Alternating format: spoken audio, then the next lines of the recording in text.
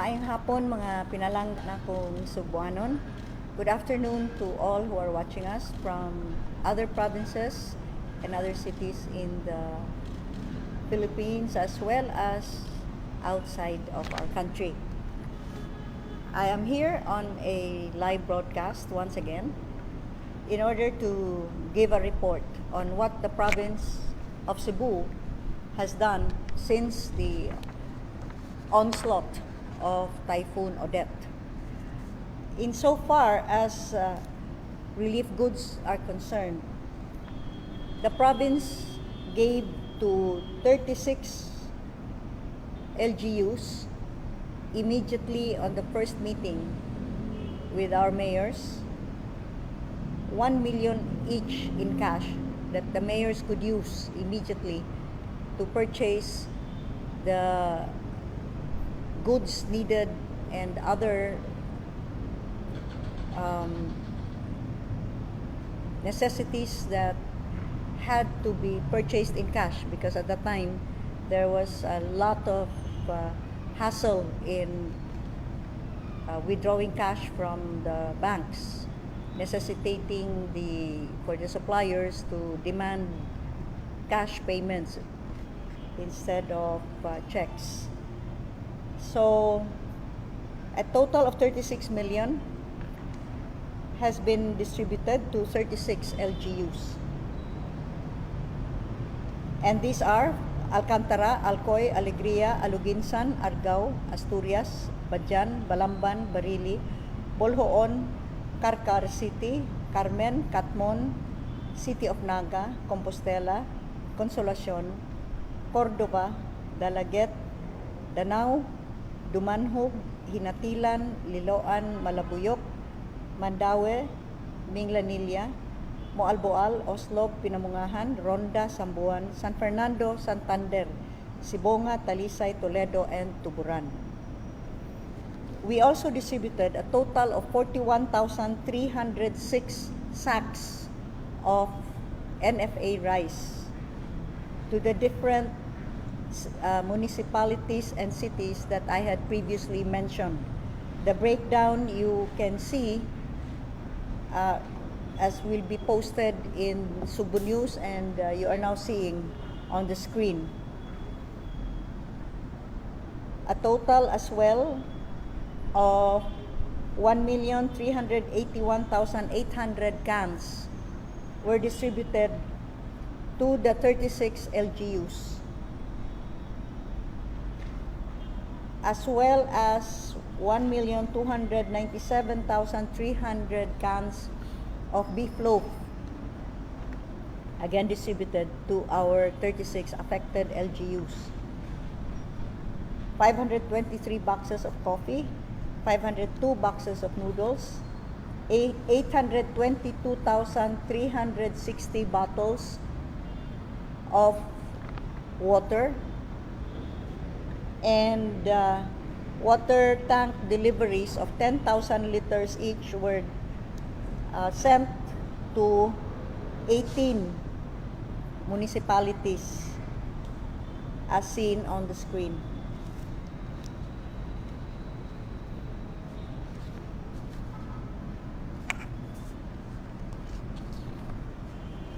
We also distributed chainsaws to the different municipalities, as well as, do you have this?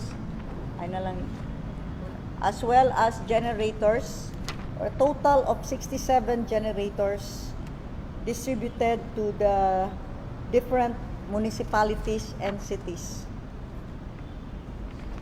These gensets, as we distributed them, came with 100 liters fuel, gasoline, as well as for the municipalities of Malabuyok and Alegria, we sent 4,000 liters each.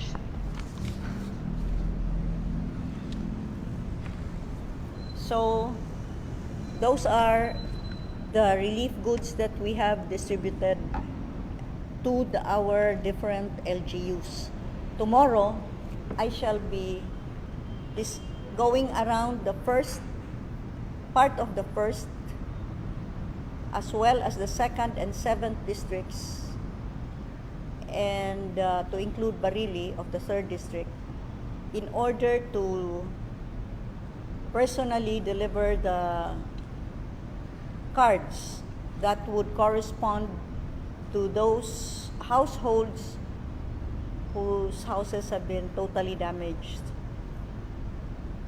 These cards with their respective QR codes are individually named. So the names are reflected in each of the cards.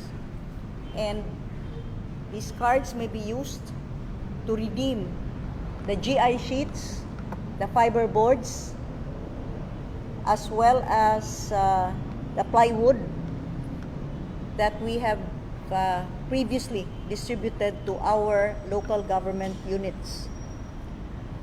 I would like to make an announcement that instead of the 5,000 worth of per card, 5,000 worth of goods that they may redeem at the LGUs or with our partner merchants, we have increased this to 8,000 pesos per card.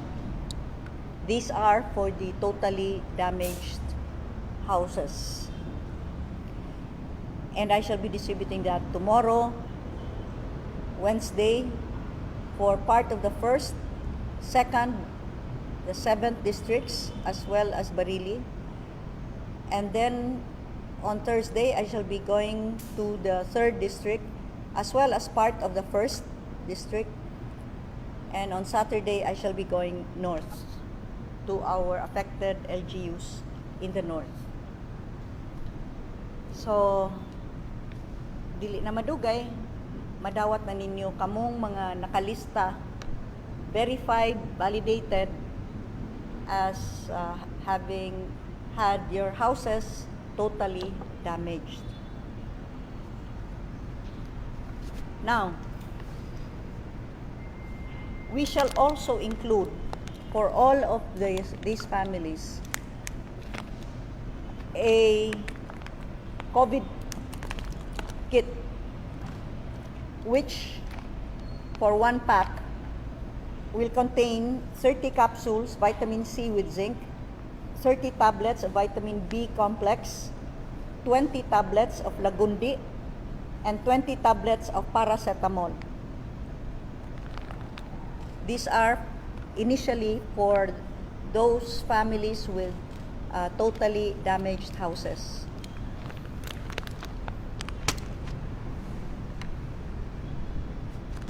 There have been a lot of questions regarding the segregation of the vaccinated and the unvaccinated individuals, going so far as warnings even to barangay captains who are unvaxxed. But I think it is time for us to go back to Republic Act 115251, which is an act establishing the coronavirus disease 2019 or COVID-19 vaccination program, expediting the vaccine procurement and administration process, providing funds therefore and for other purposes. So this is otherwise known as the National Vaccination Law. This was signed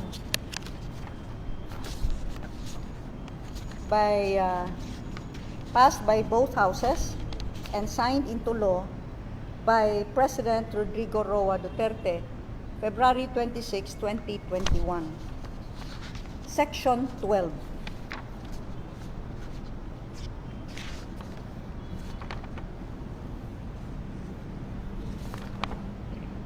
Section 12, letter G.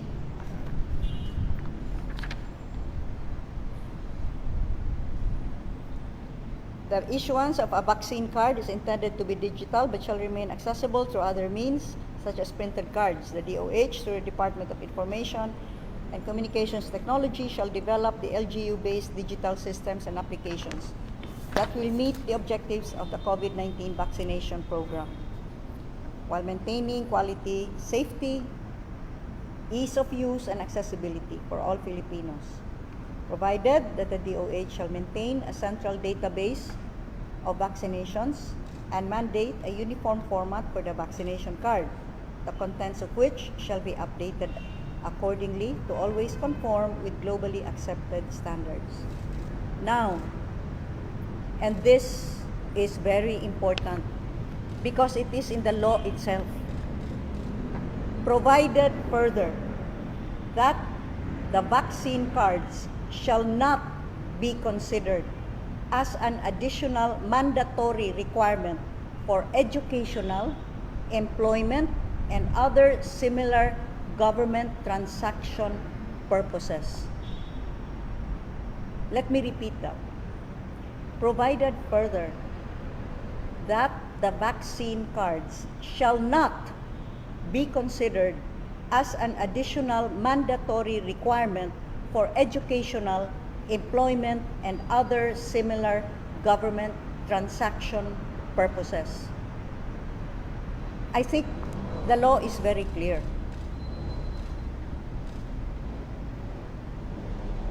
How else can we interpret this other than saying that there should be no mandatory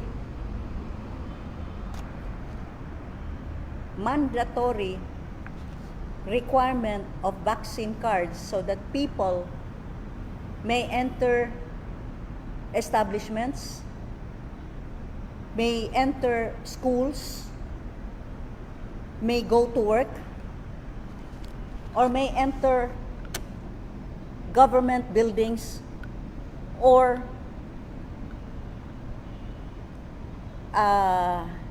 avail of government services. It's very clear. So I cannot understand why this movement towards now discriminating against the unvaccinated by refusing even their boarding of public buses, airplanes, and other means of transportation, as well as insisting, as a mayor now has complained to me, that teachers should show their vaccine cards before they can enter their own schools. This is the law. And unless this law is amended, even the COVID-19 vaccination program law states that the vaccination card shall not be a mandatory requirement so that people may avail of educational as well as other government processes, or even may avail of employment.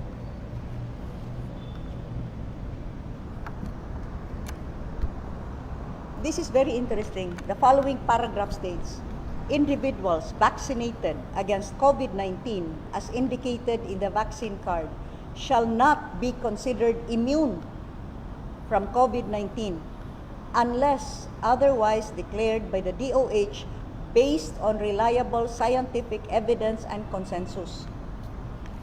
Well, I don't think there really now is unquestionable proof that vaccinated individuals are immune because, well, we are now seeing that with this Omicron virus variant, in fact, it is the vaccinated that are getting the symptoms.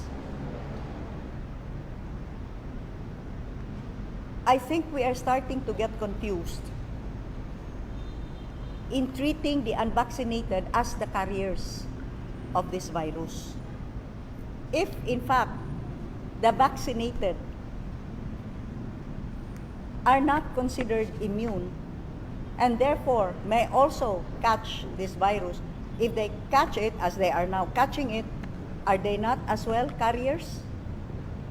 So why there is this discrimination against the unvaccinated? The DOH guidelines under Administrative Order 001. No, this is the Department of Health, the National Task Force Against COVID-19 or NTF guidelines dated March 26, 2021.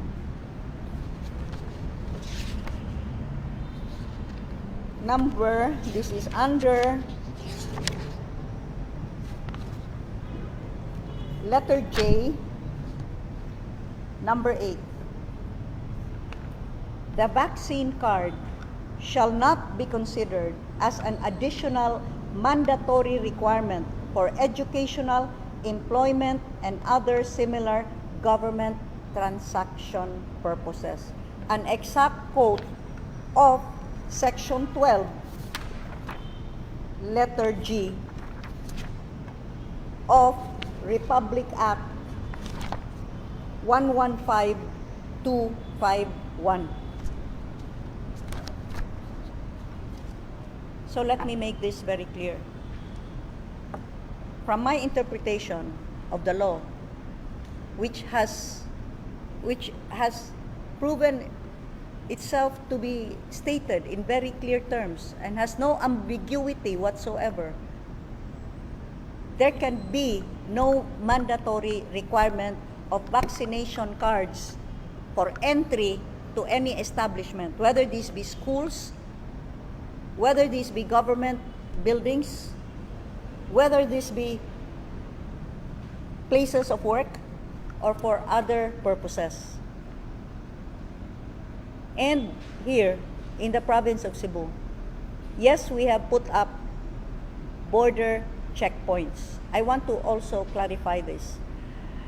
When the news came out, after the IATF declared an alert level 3 for Cebu province, I said that insofar as the guidelines would conform with our efforts at recovery from Odette, Typhoon Odette, then that's okay. But if these clash, then it will have to be Cebu first. We will have to first focus on our rehabilitation and recovery after the devastation of Typhoon Odette. And so I said, there will be no lockdown, just to be very clear, and there will be no border controls. However, the PNP, particularly the Cebu Provincial Police Office, set up border checkpoints. I think a news outfit mistakenly reported it as border control. No, there's a huge difference between border checkpoints and border control. Border checkpoints are put up, first of all, in compliance with COMELEC directive that during the official campaign period, these checkpoints shall be set up. And these checkpoints further will be re-implementing. It had been put on hold after we were devastated by Typhoon Odette, but will be again re-implementing Executive Order 35 and 35B, which mandates the no overloading, a controlled capacity for all buses, opening of windows, no aircon, and the need for the provincial utility vehicle pass, as well as the trip tickets that are issued by the provincial terminals, north and south. These are the items that are checked, including the wearing of face masks and air purifiers for our drivers. Those are the things that will be checked, but there will be no further requirement.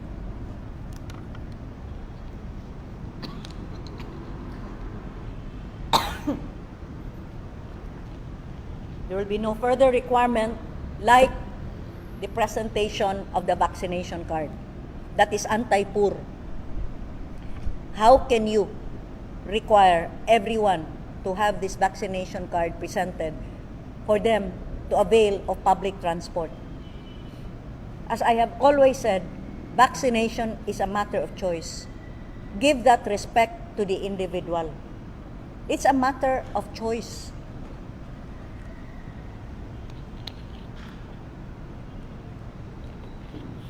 If you opt to have yourself vaccinated, and the province of Cebu has been very supportive of the vaccination program, giving all avenues and opportunities for everyone to be vaccinated. If you opt to get vaccinated, that's your choice.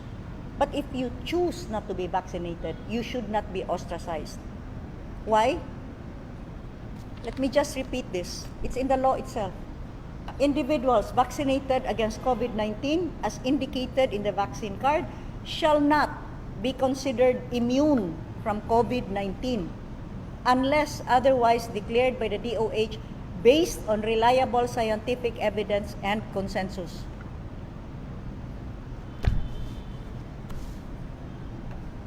So why this discrimination against the unvaccinated when even the vaccinated are not considered immune and may be carriers as well, may also, as what we are now seeing, be infected with COVID-19 in spite of your 2 jabs and even your booster shot. There is no scientific data that proves that it is the unvaccinated that infects people, that they are the carriers. So please, let us follow the law. We seem to have forgotten this. We still are a nation of laws, right? Not of men.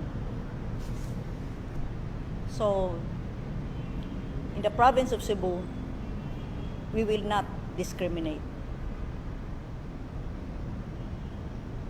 And that is how we will proceed. So we are now on our recovery phase from Typhoon Odette. It's been just a little over a month.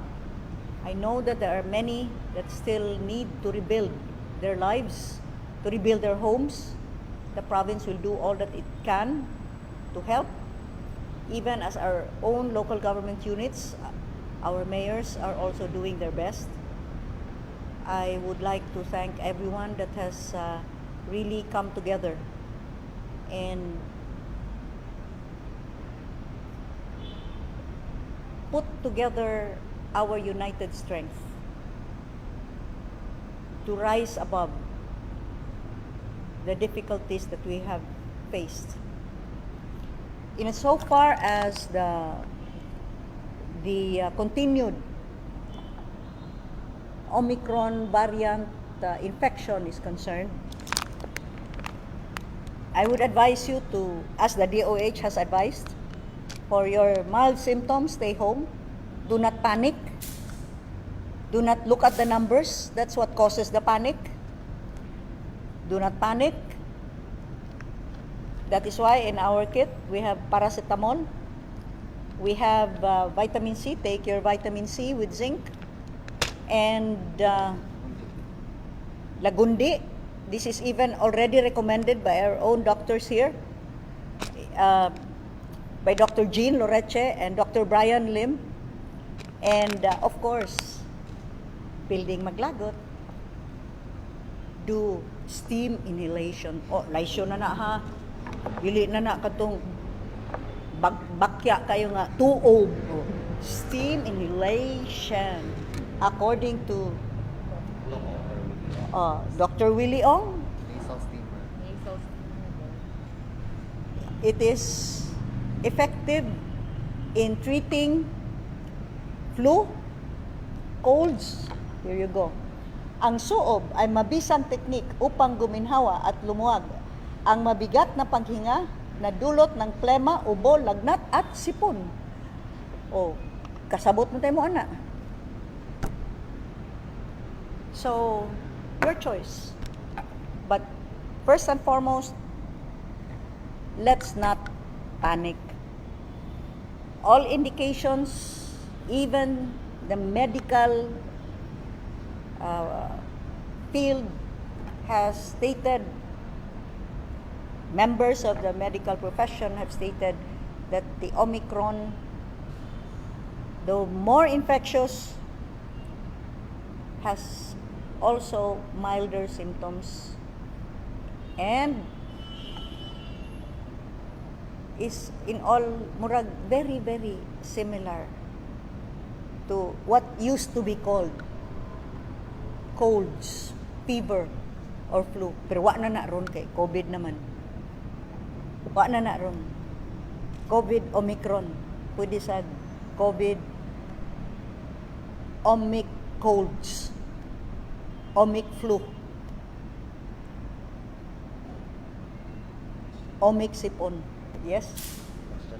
Before pa po mga tana about sa COVID, you mentioned nga mag-distribute na mo sa coupon, 8,000 coupon. As soon as ilang madawat ang coupon, pwede ba nilang ma-redeem dayon ang construction supplies, ingon man ang basic needs? Yes. That is why I made sure na giuna gyud nato deliver usa ang mga GI sheets ug ang mga fiber boards, including the umbrella nails. I hope ma-deliver sa nila dayon, no? So that they may, once these are distributed, by the way, these are segregated by barangay. Once the person receives it, he can redeem the GI sheets and the fiber board in the LGU. And of course, that is swiped and ma-deducted to sa iyang balance. However, kanisad, you can redeem this. Iapas man ni nato. This is the health kit, COVID health kit. Palitan sa nila. They do not need to pay for this. By the way, sorry, this is good. Thank you for asking. This will be free for our first beneficiaries of the totally damaged. This will be free, pero this will still be swiped so that it will be reflected in our central database that it is really the holder of the card who was able to receive this. So, ang QR code is still needed to support the withdrawal of it, which we will also give to the LGUs. Regarding sa COVID-19 po. By the way, I just want to add, aside from the GI sheets, aron lang yun ni maklaro, I have to repeat this.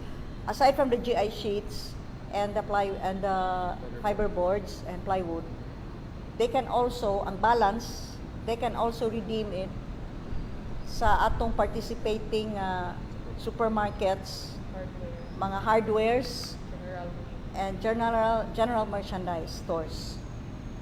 So, dako-dako na ilang mapalit kay we have increased it to 8,000 pesos. Regarding na sa COVID-19, doon na ba tayo mga additional nga mga measures sa tugibuhat sa atong mga provincial and district hospitals, ingon man sa atong mga isolation areas, alang sa mga adunay severe symptoms of COVID or moderate po? You know, all of our hospitals now have molnupiravir. We received our first batch and this has now been distributed to all of our hospitals. We also have on stock a lot of paracetamol, vitamin C, and of course, all of our isolation centers, as we had previously done, are stocked with emergency drugs as well as oxygen tanks. But it seems that this Omicron virus now stays in the throat area and no longer goes down to the lungs. So there's more really of the sipon, ubo, than the difficulty of breathing. Ang ato mga basic medicine na go like paracetamol o uban pa na supply ang ato mga tambalanan, ato mga provincial districts of Yeah, I just said that. Okay. I just said that. Wala na po yung mga question. Wala na. So we have stocked up on the basic meds because it seems like it's really basic meds, basic medicine imong kinahanglan ani. But since na may bagong drug kanina pong 𝘊𝘰𝘷𝘪𝘏𝘓. So, nag-stock up sa dana. Go, mga panghinaot na to go, subay na sa nakaday na to COVID response and ang atong rehabilitation a month after tanggip ko sa Panginoon. You know, kung pwede pa lang, no, magikera ko and I'll just wave a magic wand niya, mabalik na tanan. But you see, we're hampered by our being humans, nga everything cannot be done with a flick of a finger. But I think, in fairness, we have really moved as fast as we can. I think if by way of comparison, we can compare the response and how quick it was with this Typhoon Odette as compared to Typhoon Yolanda, which involved maybe only 1/3 or about 12 LGUs. Nga moray na igo adto sa Typhoon Yolanda, and yet it took such a long time. Kiniron 36 local government units, so times 3. But we have done I think much better. By the way, by next Monday, we will be again also handing out ceremonial to the 5,000 that I also promised for all of our PNP, the army that helped us, and the linemen. But that will be next Monday. Kaya ako, iuna usa, kato akong gisaad sa mga naguba yung mga balay.